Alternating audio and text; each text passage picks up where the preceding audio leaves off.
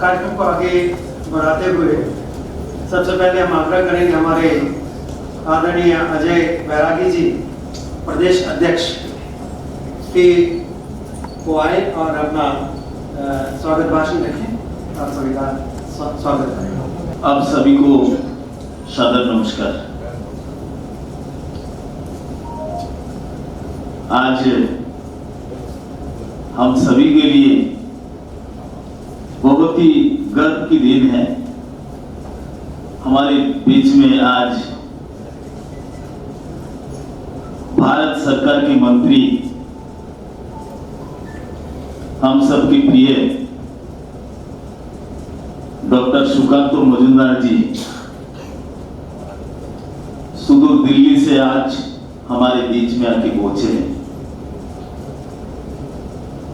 मैं उनका स्वागत के लिए आप सभी से विनम्र आग्रह करना चाहूंगा, एक बार जोरदार तालियों से मंत्री जी को हम सब स्वागत करें।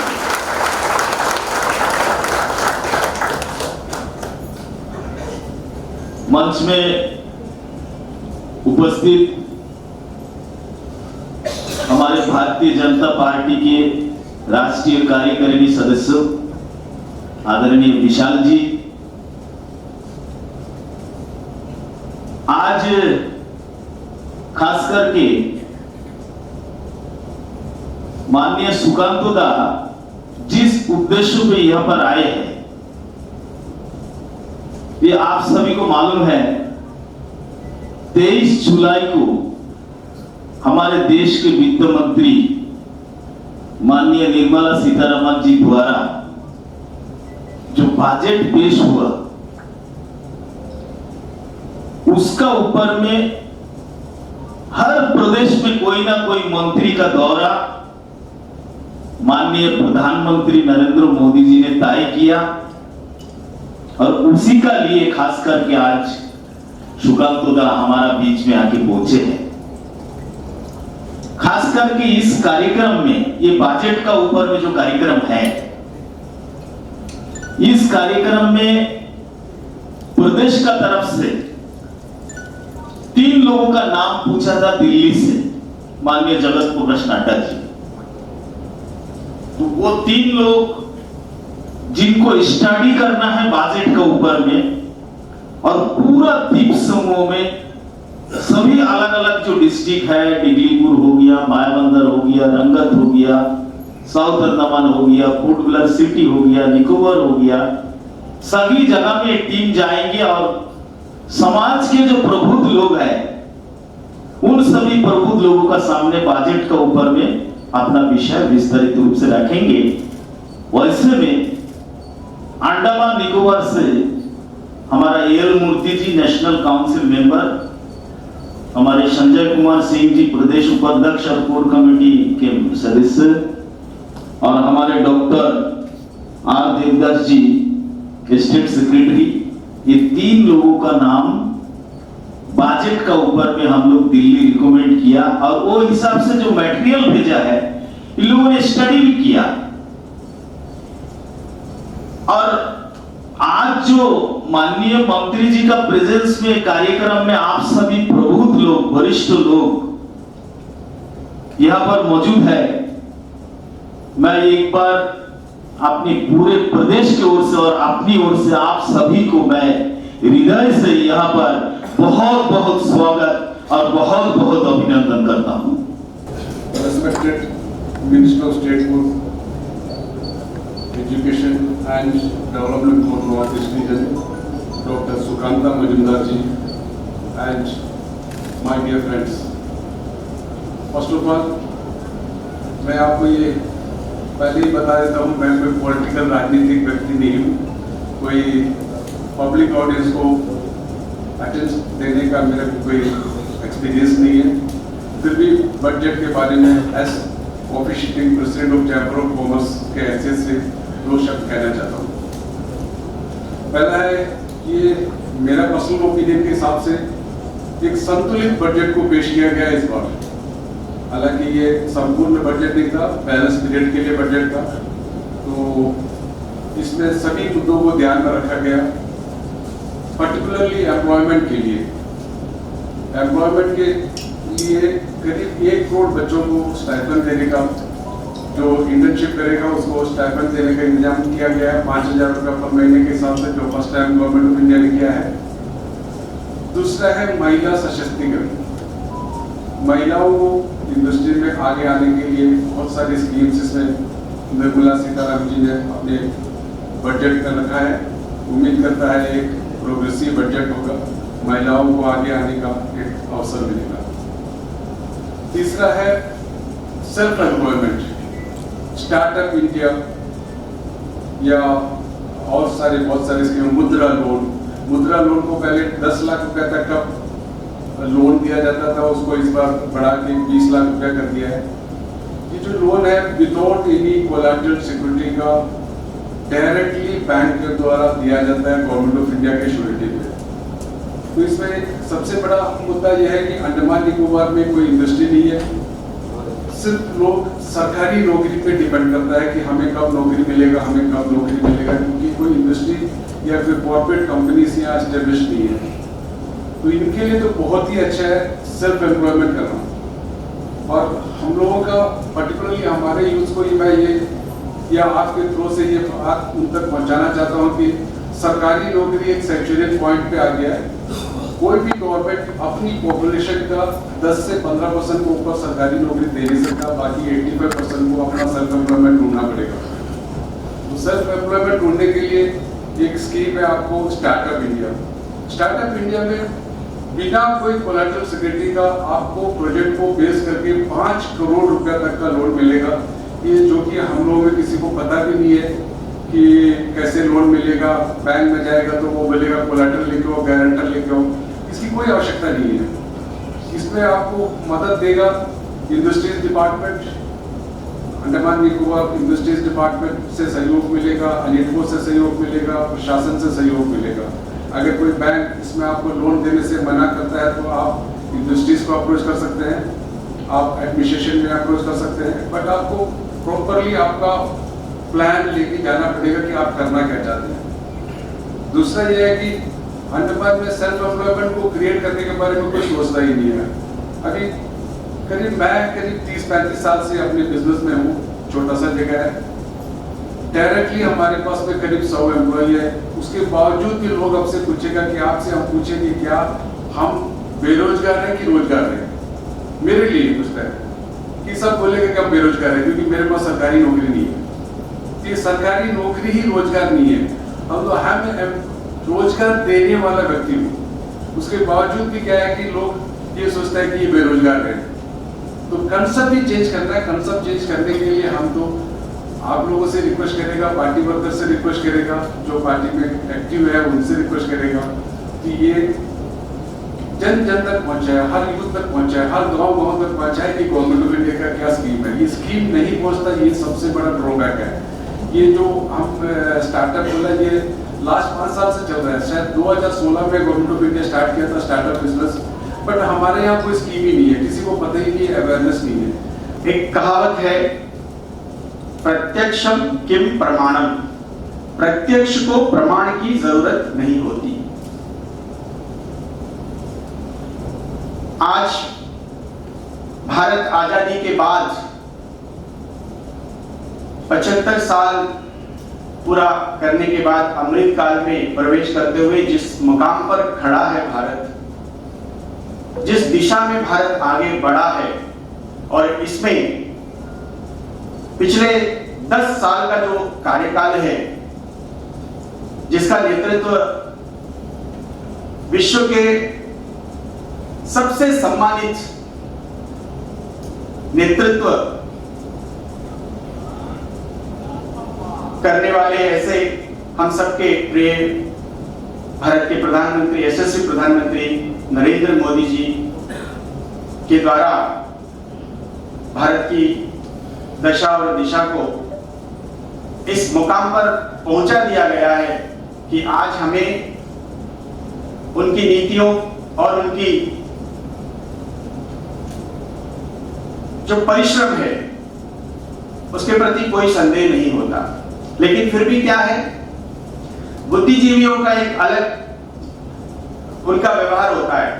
कहते हैं बुद्धिजीवी तब तक बुद्धिजीवी नहीं होता जब तक किसी चीज के बारे में वो और उसका विरोध नहीं करता। बहुत लोग अपने आप को बुद्धिजीवी प्रतिष्ठित करने के लिए विरोध करना ये जरूरी समझते हैं, पर ऐसा नहीं होता है। आज जिस विषय के ऊपर हम चर्चा करने के लिए यहाँ पर उपस्थित हुए हैं और आदरणीय मंत्री जी यहाँ पर उपस्थित भी हैं, वो विस्तार से हम सबको बताएंगे। मैं 2-3 बातें रखने से पहले मैं मेरे व्यक्तिगत ओर से आप सब लोगों की ओर से माननीय मंत्री जी का स्वागत भी करता हूं, उनको बधाई भी देता हूं और उनको शुभकामनाएं भी देता हूं कि वो भी हमारे देश के यशस्वी प्रधानमंत्री जी के जो मिशन है उसको अपना मिशन के रूप में लेते हुए और भारत मां के विकास के लिए वो आगे बढ़े और उनको भगवान जो है शक्ति दे, ऐसी उनके लिए मैं प्रार्थना करता हूं। कल मेरी एक दोस्त से बातचीत हुई थी, तो दोस्त ने बहुत गुस्से में था वो दोस्त, और वो कहने लगा ये क्या बजट है ना, मेरा 2 महीने का सैलरी ले लिया मोदी जी ने टैक्स के रूप में और वित्त मंत्री जी ने। मैंने कहा रुको बताओ तुम्हारा सैलरी कितना है, ग्रॉस सैलरी बताओ। तो उन्होंने कहा मुझे 15 लाख रुपए मिलते होंगे साल में। तो तुमने टैक्स कितना दिया? तो उसने कहा कि मैंने 3 लाख रुपए टैक्स दिया। अब बताओ तुम्हारा कितना बैलेंस बचता है? बोला मुझे 12 लाख बचता है। मैंने कहा देखो 12 लाख को 12 से डिवाइड करो तो कितना होता है? तो 1 महीने का 1 लाख। मैंने कहा सिंपल कैलकुलेशन है, आपका सैलरी जो है 1 महीने का 1 लाख रुपया ही है। आप जो टैक्स देते हो ना, वो टैक्स ये हर समय टैक्स था। Tax is a compulsory payment, do not have any quid pro relationship. माने मैं टैक्स देता हूं इसके लिए मुझे कुछ वापस मिलना चाहिए, ऐसी बात नहीं होती है टैक्स में। नंबर 1, हमारा देश आज 145 करोड़ पॉपुलेशन है। जब आजादी के समय में हमारा जो पॉपुलेशन था वो 30 करोड़ पॉपुलेशन था। उस समय का जो हमारा बजट था हार्डली 200 करोड़ का था हमारा। उसमें हमारा जो एक्सपेंडिचर था 200 करोड़, इनकम जो है 170 करोड़, डेफिसिट जो है 20 करोड़ का डेफिसिट था। उस समय हमारी प्राथमिकताएं अलग थी और उस समय जो सरकार थी, सरकार से जो लोगों की आकांक्षाएं थी, एस्पिरेशंस थे, लोगों की जो अपेक्षाएं थी, जो एक्सपेक्टेशंस थे, वो बहुत सीमित थे। उस दृष्टि से लोग रोटी, कपड़ा और मकान इसको ज्यादा इंपॉर्टेंस देते थे। परंतु क्या आज ऐसी स्थिति है? रोटी, कपड़ा और मकान तक ही हमारा जीवन सीमित है क्या? आज हमें अपने जीवन के हर क्षेत्र के लिए हमारी अपेक्षाएं और आकांक्षाएं बहुत अधिक बढ़ गई हैं। आज की बजट का बात है कि आप सबको मालूम है कि बजट कैसा हुआ है, बहुत बढ़िया हुआ है। उसमें हमारा कोर्ट में 6% इम्पोर्टेंट ड्यूटी लेस किया है, डिस्काउंट किया है, वो बहुत बड़ी बात है। आज तक कोई सोचा ही नहीं था कि ऐसा होगा। 8,000 हो जाएगा, 10,000 हो जाएगा, खराब हो जाएगा, ये हो जाएगा, वो हो जाएगा, इससे क्या ध्यान में था। तो हमारा आज की गोल्ड इंडस्ट्रीज के तरफ से, हमारा Andaman gold and silver merchant association से आपका धन्यवाद दे रहा हूँ। और आज क्यों धन्यवाद दे रहा हूँ, हमारा जो बायर है, खरीदने वाला है, अब ज्यादा हो गया। महिला बहुत खुश है, गवर्नमेंट का बहुत तारीफ कर रहे हैं कि गोल्ड के ऊपर में इतना जो कब्जा किया है, ये बहुत बड़ी बात है। ये कोई सोचा ही नहीं है। तो हम आपका साथ देंगे, मोदी जी के साथ में देंगे, कभी पहले भी था, अभी भी होगा, कभी भी होगा, हम आपको साथ देंगे। इतना बोल के हमारा धन्यवाद है, बोल रहे। ये बहुत तकलीफदायक चीज है। बजट कोई आराम से आनंद से देखने वाली, समझने वाली बात तो नहीं है। जो इकोनॉमिक्स के लोग हैं, जैसे प्रोफेसर साहब बोल के गए, उनके लिए तो बहुत आसान है, लेकिन मेरे जैसे लोग या आपके जैसे लोग जो बिजनेसमैन है वो तो समझ जाते हैं। अब वहाँ पे एक बंगाली लिटरेचर के आदमी बैठा हुआ है, उसको बेचारे को क्या समझ में आएगा? उसको कविता समझ में आ सकती है, साहित्य समझ में आ सकते हैं, तो लेकिन उनको बजट समझना बहुत मुश्किल होता है। फिर भी हम कोशिश करेंगे। मैं भी पूरा नहीं समझता, लेकिन पॉलिटिक्स का एक बहुत आसान सा रूल है। क्या रूल है? मैं कभी देख रहा था, अभी पीछे आर के नारायण का वो जो कार्टून है, वो कार्टून पुराना कार्टून वो पेपर अभी छप रहा है, तो वहाँ पे कार्टून कुछ दिन पहले छपा था, उसमें जाके मीडिया के नेता को बोल रहा है कि आपको बजट को कुछ बोलना है, I need your response on budget. तो नेता बोला मैं तो बजट पढ़ता नहीं। और क्यों? बोला वो उसमें फोटो भी नहीं होता, सिर्फ लिखा होता है, वो कैसे पढ़ सकता है आदमी? तो if you want the response I can give you the response. तो क्या रिस्पॉन्स? तो पहले लिखो बजट तो पढ़ा नहीं है। पढ़ना नहीं है, मैं अपोजिशन का हूँ, मुझे पता है 3 चीज बोलना है। क्या बोलना है? It is anti poor, it is pro industrialist, industry लोगों के बिजनेसमैन के लिए है, और मिडिल क्लास के लिए कुछ नहीं है, nothing for the middle class. तो हो गया। तो ये उस समय का जिस समय कांग्रेस पावर में थी उस समय का एक कार्टून है। तो वो कार्टून फिर से वहां पे छपा गया, तो मैं देख रहा था उसको कि आज भी ऑपोजिशन वही बोलता है जिस उस समय जो ऑपोजिशन बोलते थे, मतलब हम लोग जो बोलते थे, आज भी ऑपोजिशन वही सेम चीज बोलता रहता है। लेकिन एक्चुअल में बजट क्या है? उससे पहले मंच में हमारे अजय बैरागी जी उपस्थित है, और विशाल जोली जी भी हमारे साथ हैं, हमारे यहाँ के बड़े नेता। बाकी हमारे और एडीसी के मेंबर मूर्ति जी है, एल मूर्ति जी है, जो बजट जो कमेटी बना है इसका प्रेसिडेंट भी है, हमारे 3 लोगों का जो कमेटी बना है। हमारे संजय सिंह जी भी उधर बैठे हुए हैं, वाइस प्रेसिडेंट है पार्टी के, और ये बजट 3 लोगों की जो कमेटी है उसमें मेंबर भी है। जहाँ पे मैं गलती कर जाऊंगा, इस नाम इसलिए बोल रहा हूँ, इन लोगों से समझ लेना है जो मैं मुझसे जो छूट जाएगा। इधर डॉक्टर देवदास है, वो भी ये बजट कमेटी के मेंबर है। देखिए सरकार की जो बजट आई है, जहां तक मुझे समझ में आती है, मैं आप लोगों के साथ शेयर करना चाहती हूँ। सरकार की कुछ प्रायोरिटी रहा इसमें, अगर इस बजट को हम देखेंगे। एक तो इस बजट में जैसे यहाँ पे चेंबर ऑफ कॉमर्स के प्रेसिडेंट साहब भी हैं, चंद्रशेखर जी आए थे, हमारे गोल्ड स्मिथ जो एसोसिएशन है उनके भी जो प्रेसिडेंट सेक्रेटरी सारे आए हैं। मैं आप सबका स्वागत करता हूँ, क्योंकि आप पावर हाउस है इस कंट्री में। जैसे चंद्रशेखर जी बोले ना कि जॉब करते रहते हैं, शायद इसका कारण ये होगा कि it is mostly Andaman Nicobar is dominated, specially Andaman is dominated by the Bengali people. I think 60% population, more than 60% population is from Bengali community. हम जो बंगाली होते हैं उनको नौकरी जिंदगी में लगता है कि जिंदगी में पैदा होने के बाद नौकरी के पीछे भागो। मैं भी बचपन से भाग रहा था नौकरी के पीछे, 3-4 नौकरियां मिली, उसके बाद करते करते चलो अब पॉलिटिक्स में आते हैं। तो बंगाली होने के कारण शायद ये माइंड सेट है, लेकिन एक प्रैक्टिकल विषय है कि हम जॉब सीकर से जॉब गिवर बने, क्योंकि उन्होंने सच बताया कि कोई भी गवर्नमेंट है, कांग्रेस का हो, बीजेपी का हो, आम आदमी पार्टी का हो, किसी पार्टी का हो, 10 से 15% से ज्यादा पॉपुलेशन को आप सरकारी नौकरी नहीं दे सकते। अगर देंगे तो क्या होगा? यहाँ पे अर्थशास्त्र के बहुत पंडित व्यक्ति बैठे हुए, मैं तो उतना पंडित नहीं हूँ, लेकिन हमारे सामने एक एग्जाम्पल है वेनेजुएला। कभी वेनेजुएला के प्रेसिडेंट कद्दावर कम्युनिस्ट नेता हुगो चावेज, वो कलकत्ता आए थे, और हमारे महोत्सव में मुझे याद है, आज भी साल तो मैं भूल गया, उस समय वहाँ पे लेफ्ट का रिजीम चलता था। बुद्धदेव भट्टाचार्य जो हुआ था chief minister of the state of West Bengal, और हुगो चावेज आया, उनको लेके बहुत बड़ा प्रोग्राम किया।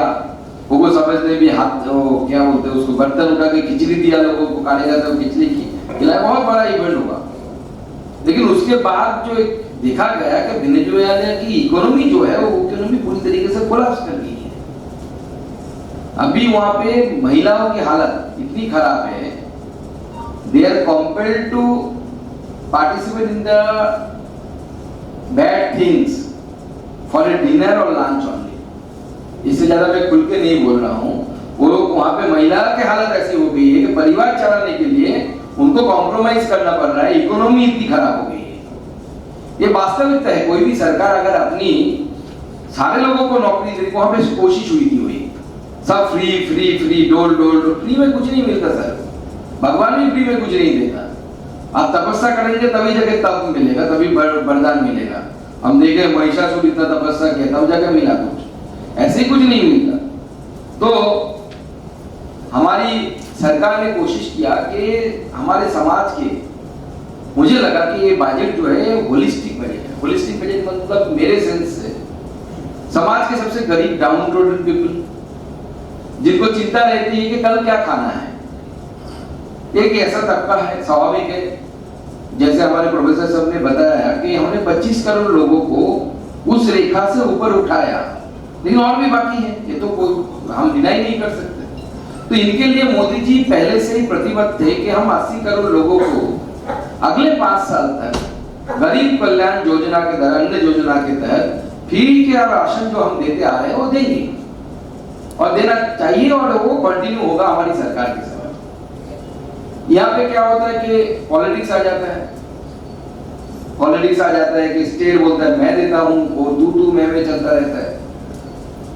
लेकिन इस प्रोजेक्ट का इंप्लीमेंटेशन के लिए हमें क्या चाहिए? हमें चाहिए कि जो गरीब से गरीब तबका हो उसको ही मिले, बाकी को नहीं मिले। नहीं तो सरकार की पैसा है, वो पैसा का खर्चा, पैसा का बर्बादी होगा, काम का चीज नहीं होगा। सरकार ने इस बजट में डिसीजन लिया, मोदी जी का एक सपना है कि हमारे देश का कोई भी गरीब कच्चे मकान में नहीं रहेगा, बिना छत के नहीं रहेगा, कंक्रीट के छत के नहीं रहेगा। तो हमने कुछ टारगेट रखे थे, सारा कंप्लीट नहीं हुआ, तो इस बार अगले साल में हम लगभग 3 करोड़ आवास योजना, पीएम आवास योजना का घर देने का प्रधानमंत्री जी ने इस बजट में प्रावधान रखा है। 3 करोड़ लोगों के ऊपर छत की व्यवस्था माननीय प्रधानमंत्री जी के सपना है केवल। और ये हम जैसे लोग जो यहाँ पे जो प्रबुद्ध जन आए हैं, जो बिजनेसमैन आए हैं, शायद हमारे लिए बहुत छोटी सी बात लगती है, लेकिन एक गरीब आदमी जब उनके सिर के ऊपर जो छत डाल जाता है तो एक कैसा उनको अनुभूति होता है। कभी कभी प्रधानमंत्री जी कुछ लोगों से मिलने के लिए जाते हैं, जब उनकी बातें हम सुनते हैं तब जाके हमें लगता है कि एक इतनी बड़ी प्रोजेक्ट है। या मुझे जब मेरे बचपन का याद आ जाता है कि जब मैं रेंटेड हाउस से मेरे घर जो कंक्रीट की घर, क्योंकि मेरा बचपन शुरू हुआ था मिट्टी के घर से, गांव में जब हम रहते थे, एकदम बचपन में छोटा था जब, उसके बाद शहर चला आया पिताजी के नौकरी की वजह से, तो तब रेंटेड हाउस में रहने लगा। उसके बाद अपना जो जगह खरीद के, प्लॉट खरीद के, वहां पे जिस दिन मुझे अभी भी फेंट सा याद आता है मेमोरी से कि जिस दिन वो क्या बोलते हो, जो नींद लगने के लिए खुदाई होती है, मनाली में भीत बोलते हैं हम लोग, जो भी हो यहाँ पे क्या बोलते हैं मुझे, हाँ, जो भी उसका कर रहे थे, तो उस दिन मुझे अभी भी जैसे फ्लैशबैक की तरफ याद आता है कि मैं छोटा हाफ पैंट पहना हुआ उछल रहा था, कूद रहा था, कहाँ पर घर बनेगा अपना। ये जो उपलब्धि है, ये जो लोगों को लगता है, ये बहुत बड़ी चीज है। और मुझे लगता है माननीय प्रधानमंत्री जी का ये डिसीजन है, जो लोगों के पहले भी चलता था, इंदिरा आवास योजना नाम से चलता था, ऐसा नहीं कि पहले चलता नहीं था, लेकिन क्या होता 10-10 साल चलता रहता था, 1-2 आदमी को मिलता था, बाकी लोगों को नहीं मिलता था। अभी एकदम स्पेसिफाइड है किनको मिलेगा, नाम का लिस्ट तैयार है, सर्वे हुआ है। हाँ, उस सर्वे में 2011 में एक बार सर्वे हुआ था, उसके ऊपर दिया जाता है, बाद में एक बार सर्वे हुआ, अलग अलग जगह पे अलग अलग किस्म का है, उसमें कुछ खामियां हो सकती है, लेकिन लगभग जिनके पास घर नहीं है उनको ही मिलता है। कहीं कहीं भी थोड़ा बहुत धांधली होता है, एक घर है तो किसी के नाम पे, बीवी के नाम पे दूसरा ले लिया, जो बेटे के नाम पे ले लिया, ऐसा भी होता है। लेकिन ओवरऑल जिनको मिलता है वो गरीब आदमी होते हैं, उनको मिलता है। इससे मुझे लगता है देश की जो गरीब आदमी है उसमें उसका बहुत इससे लाभ होता है।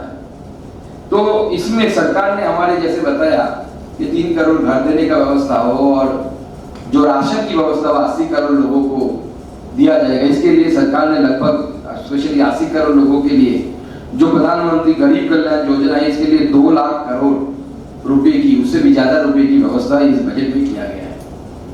एक तो जैसे बताया गया आपको कि ये पूरा बजट नहीं है, क्योंकि इंटरिम बजट आ गया था, लगभग 9 महीने का ये बजट है। तो लोग कुछ बोल रहे हैं इसमें पैसा घट गया, उसमें पैसा घट गया, वो समझ नहीं पा रहे हैं कि 3 महीने का अलग से पहले ही उसको अनाउंस कर दिया गया है। और आगे रिवाइज बजट में बी में होता है रिवाइज बजट, आप लोगों को पता है। रिवाइज बजट में जाकर इसमें अगर ज्यादा फंड की जरूरत पड़ी तो हम करेंगे इसका। आप माननीय प्रधानमंत्री जी ने पिछली सालों में डीबीटी के द्वारा डायरेक्ट बेनिफिट ट्रांसफर, ये बहुत बड़ा उपलब्धि है और मुझे लगता है सिर्फ मोदी जी की उपलब्धि नहीं है, ये पूरी देश की उपलब्धि है। क्योंकि कभी प्रधानमंत्री तो प्रधानमंत्री होता है, किसी की पार्टी किसी भी पार्टी का हो, मुख्यमंत्री तो मुख्यमंत्री होता है, चीफ मिनिस्टर होता है किसी भी पार्टी का हो। तो एक समय हमारे एक पूर्व प्रधानमंत्री राजीव गांधी जी ने बताया था कि हम 90 पैसा 1 रुपया भेजते हैं तो नीचे 10 रुपया या 10 पैसा जाके पहुंचता है, बाकी 90 पैसा बीच में कहीं पे चला जाता है। ये डायरेक्ट बेनिफिट ट्रांसफर और धीरे धीरे जो हमारी इकोनॉमी में आया, लगभग 34 लाख करोड़ रुपया माननीय प्रधानमंत्री जी ने पीएम जनधन अकाउंट के द्वारा लोगों को ये बांटने की व्यवस्था की। आप जानते थे। और दूसरे जो गरीब लोग हैं, जैसे कोरोना के समय जिनको सबसे बड़ी मार पड़ी, रास्ते के पास जो ठेला लगाते हैं, रेवड़ी लगाते हैं, ऐसे लोग जो स्ट्रीट फूड हम बोलते हैं, उसमें लोगों को स्वनिधि योजना के तहत 10,000 रुपये का एक लोन, बिना इंटरेस्ट के लोन देने की व्यवस्था की है। लगभग 78 लाख वेंडर्स, स्ट्रीट वेंडर्स जो पूरे देश में डिस्ट्रीब्यूटेड है, उनको प्रधानमंत्री जी का ये मतलब सुविधा मिली। और मुझे लगता है कि आगे आने वाले समय में माननीय प्रधानमंत्री जी ने जो डिसीजन लिया है कि ये जो लोन मिला उनको लगभग 11,000 करोड़ का, विदाउट एनी कोलैटरल, कोई गारंटी नहीं देना है, वो कुछ नहीं देना है, कागज वागज जमीन का कागज नहीं देना है, मॉर्गेज नहीं रखना है, तो सरकार ने इसको आगे बढ़ाने की चिंता की। इस बार बजट में सरकार ने किया क्या हम ऐसे 100 हाट बनाएंगे या स्ट्रीट फूड हब बनाएंगे जो डिफरेंट जगह में होगा, जहां पे ये लोग रोजगार बनाने के लिए वहां पे और भी लोग आ सकते हैं या नए लोग पार्टिसिपेट कर सकते हैं। और इससे मुझे लगता है कि आगे आने वाले समय में जो स्ट्रीट वेंडर्स, सेल्फ एम्प्लॉयमेंट जिसकी बारे में, अगर ये भी एक सेल्फ एम्प्लॉयमेंट है, बहुत बड़ा सेल्फ एम्प्लॉयमेंट हो सकता है। मैं तो बहुत सारे एग्जांपल जानता हूं, आज तो सोशल मीडिया के होने के कारण सबको पता चल जाता है कि चाय बेचने वाले के पास भी विदेश से बड़े लोग आ जाते हैं देखने के लिए, इसका चाय का मैनेजमेंट क्या है, चाय बेचने का चीज क्या है, जो स्ट्रीट में खड़े होकर चाय बेचते हैं। बहुत सारे मैं ऐसे फास्ट फूड वेंडर को जानता हूँ मेरे क्षेत्र में भी, जो रास्ते पे ठेला लगा के जितना बिजनेस करता है, रेस्टोरेंट बनाया बंदा उतना बिजनेस नहीं कर पाता, इतना ज्यादा बिजनेस करता है।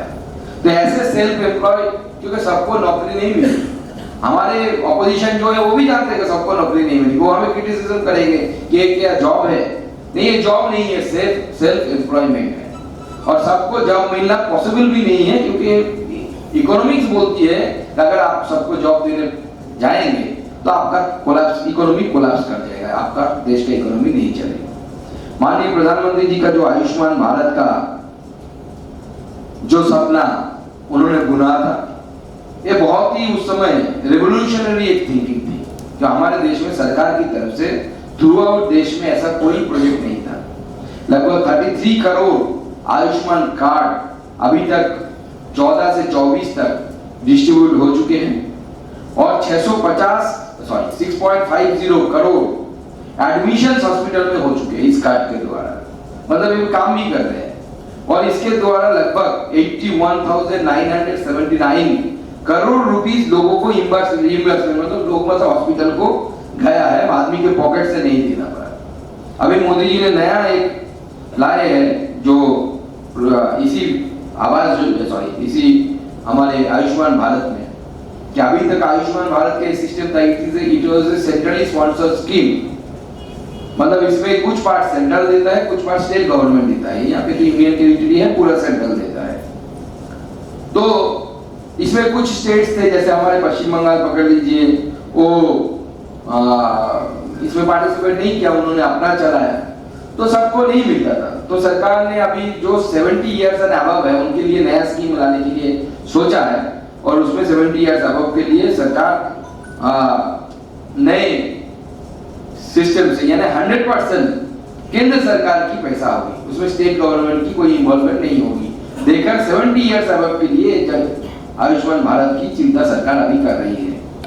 प्रधानमंत्री जल जीवन मिशन आप जानते हैं, जिसमें लगभग 79 करोड़ रुपीस हमारी सरकार ने विगत दिन में खर्चा किया और इसको बहुत जोरदार तरीके से आगे बढ़ाने के लिए सरकार प्रतिबद्ध है।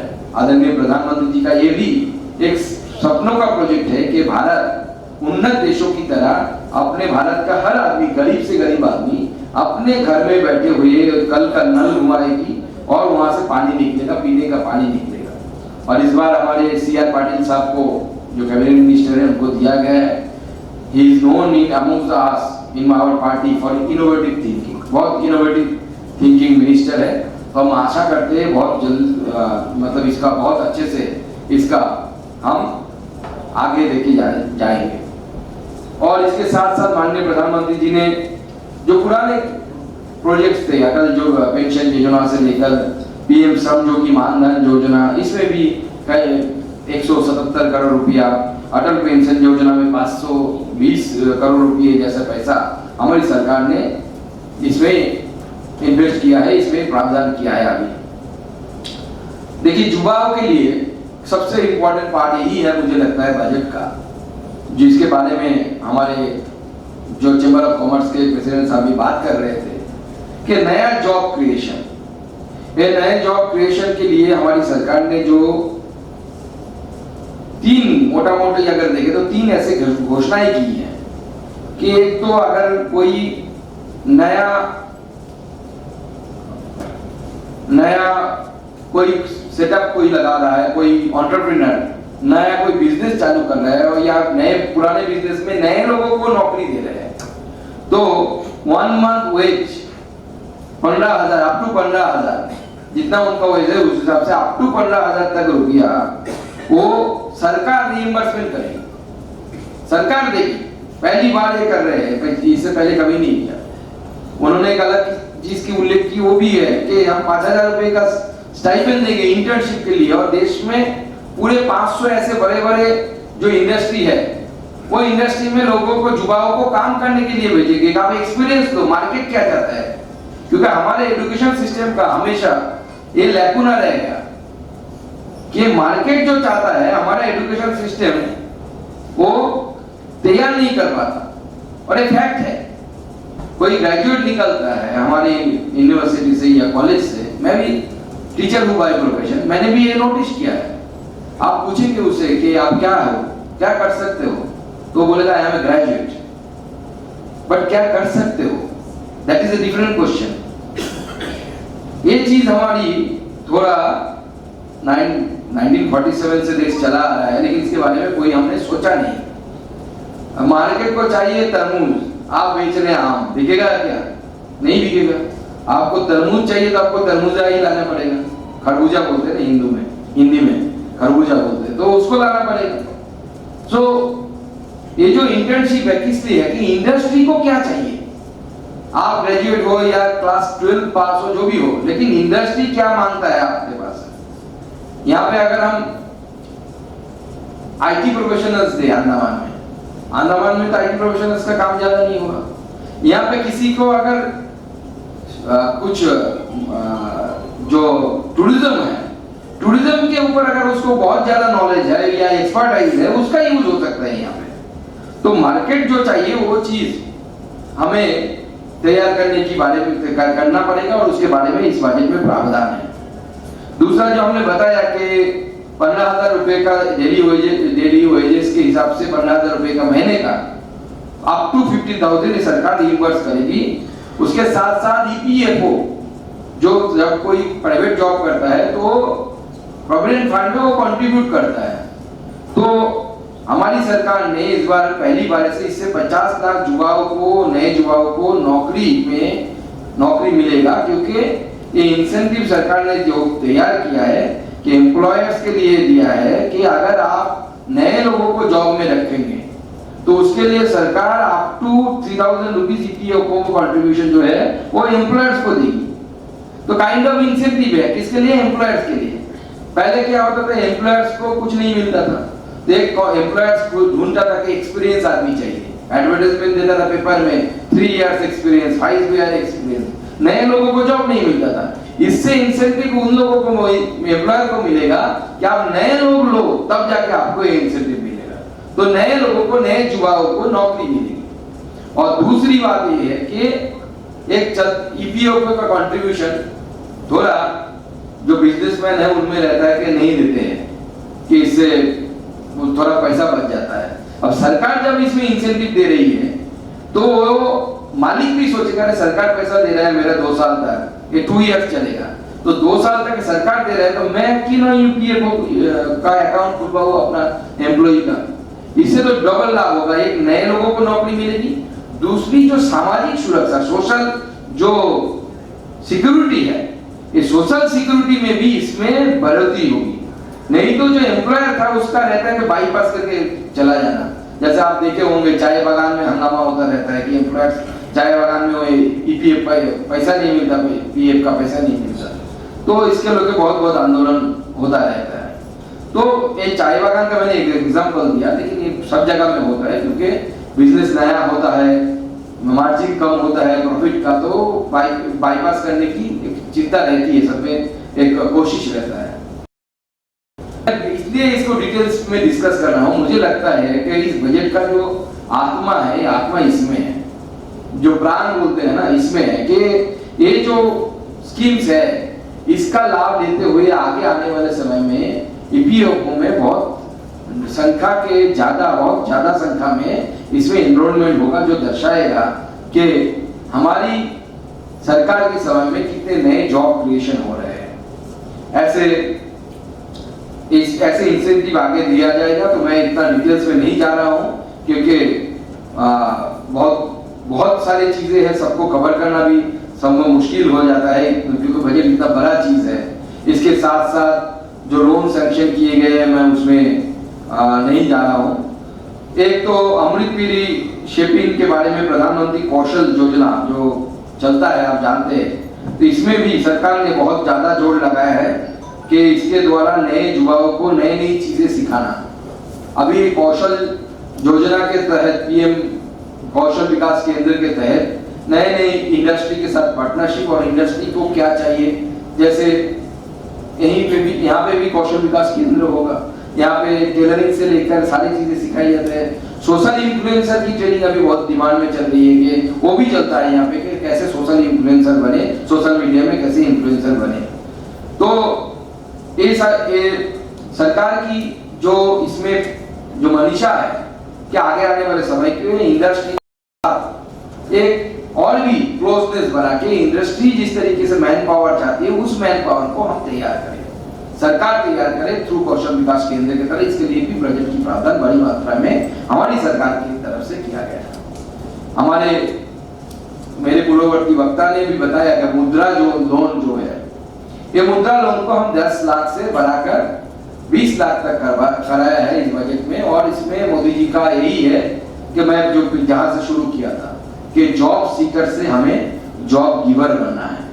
जब तक हम जॉब गिवर नहीं बनेंगे तब तक हमारी इकोनॉमी स्ट्रांग नहीं होगी।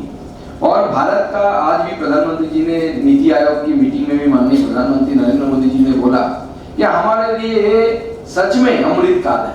अगर इसका चांस हम ले पाए तो आगे आने वाले समय का भारत अलग भारत होगा।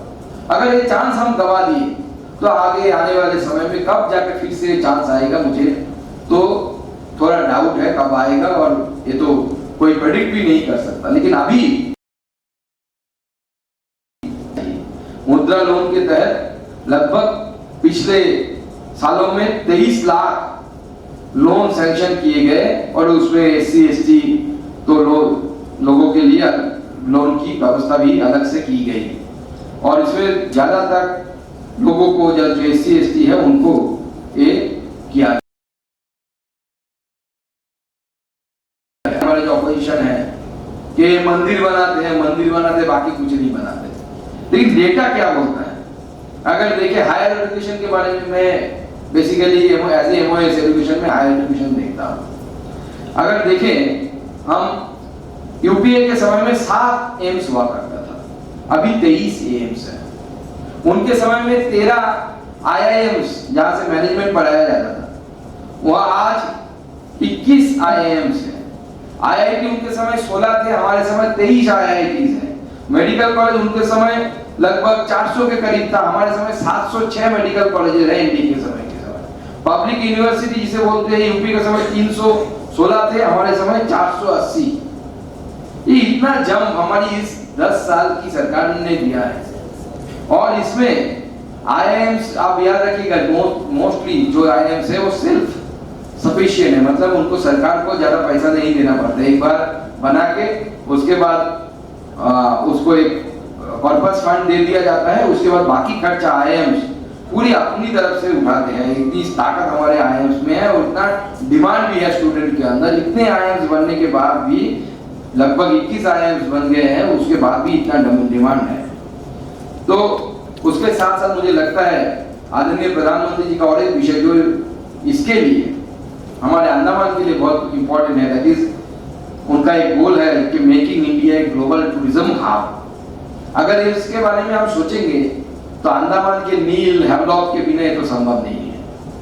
तो अंडमान के बिना तो ये संभव नहीं है, पोर्ट ब्लेयर के बिना ये संभव नहीं है। तो इसलिए प्रधानमंत्री जी ने प्रसाद के नाम से एक स्पिरिचुअल जो टूरिज्म है उसका भी चालू किया। और आगे आने वाले समय में हमारे सरकार ऐसे टूरिज्म को विकास करने के लिए जो सरकार की तरफ से फंडिंग है उसके लिए जो विचार है हम हमारी सरकार करेंगे। इसके साथ साथ हमारी सरकार ने अन्नदाता के यानी हमारे किसानों के बारे में भी इस बजट में बहुत जो सैंक्शन पहले से प्रधानमंत्री कृषि सम्मान योजना, सम्मान निधि जो चलती है, उसको इस बार भी हमारी सरकार ने उसको तय रखा है और उसमें बहुत सारे फंड की व्यवस्था की है। इसमें हम डिटेल्स में नहीं जा रहे क्योंकि ये पुराना चीज है। नया जो चीज है इसमें 109 ऐसे वैरायटीज है जो हाई यील्डिंग और वेदर रेजिलिएंट ऐसे वैरायटीज का सरकार इसको नीचे उतारेगी। हमारे एग्रीकल्चरल साइंटिस्ट के द्वारा विकसित ऐसे 109 वैरायटीज जो एटमॉस्फेयर रेजिलिएंट है, जो हमारे कभी धूप ज्यादा हो जाता है, ड्रॉट हो जाता है, कहीं पे बारिश ज्यादा हो जाती है, इसके साथ जो कोप अप कर पाए ऐसे वैरायटीज को सरकार आगे आने वाले समय में इसको किसानों को देकर इसको आगे सामने लाएगी कि इससे हमारी किसानों की जो आमदनी है उससे बढ़ेगी। और ये जो प्रोडक्ट है यानी जो प्लांट्स है, ये प्लांट्स कोई नेचुरल कैलामिटीज जो आते हैं जैसे ड्रॉट आ गया, कहीं पे ज्यादा बाढ़ आ गया है, ये थोड़ा रेजिलिएंट होगा और इससे हमारे किसानों में जो उनको ऐसी आपदा आ जाने से उनका रोजगार घट जाता है वो भी नहीं होगा। ऐसी हमारी सरकार ने एक तरफ आत्मनिर्भर ऑयल सीड के लिए, हम तेल के लिए हम आत्मनिर्भर नहीं है, हमें पाम ऑयल के लिए विदेशों के ऊपर निर्भर करना पड़ता है, एक्सपोर्ट इंपोर्ट कराना पड़ता है हमें।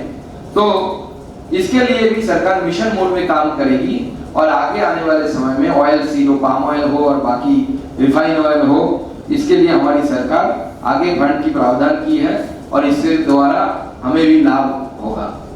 और उसके साथ साथ जो श्रिम्प प्रोडक्शन, झींगा बोलते हैं हम लोग जिसे हिंदी में, तो बंगाली में चिंगड़ी बोलते हैं, और उसके कल्टीवेशन के लिए, उसके ब्रीडिंग के लिए हमारी सरकार अलग से जो फंड की व्यवस्था की है। और इसके साथ साथ नेचुरल फार्मिंग यानी जो ऑर्गेनिक प्रोडक्ट है उसका डिमांड बहुत ज्यादा है।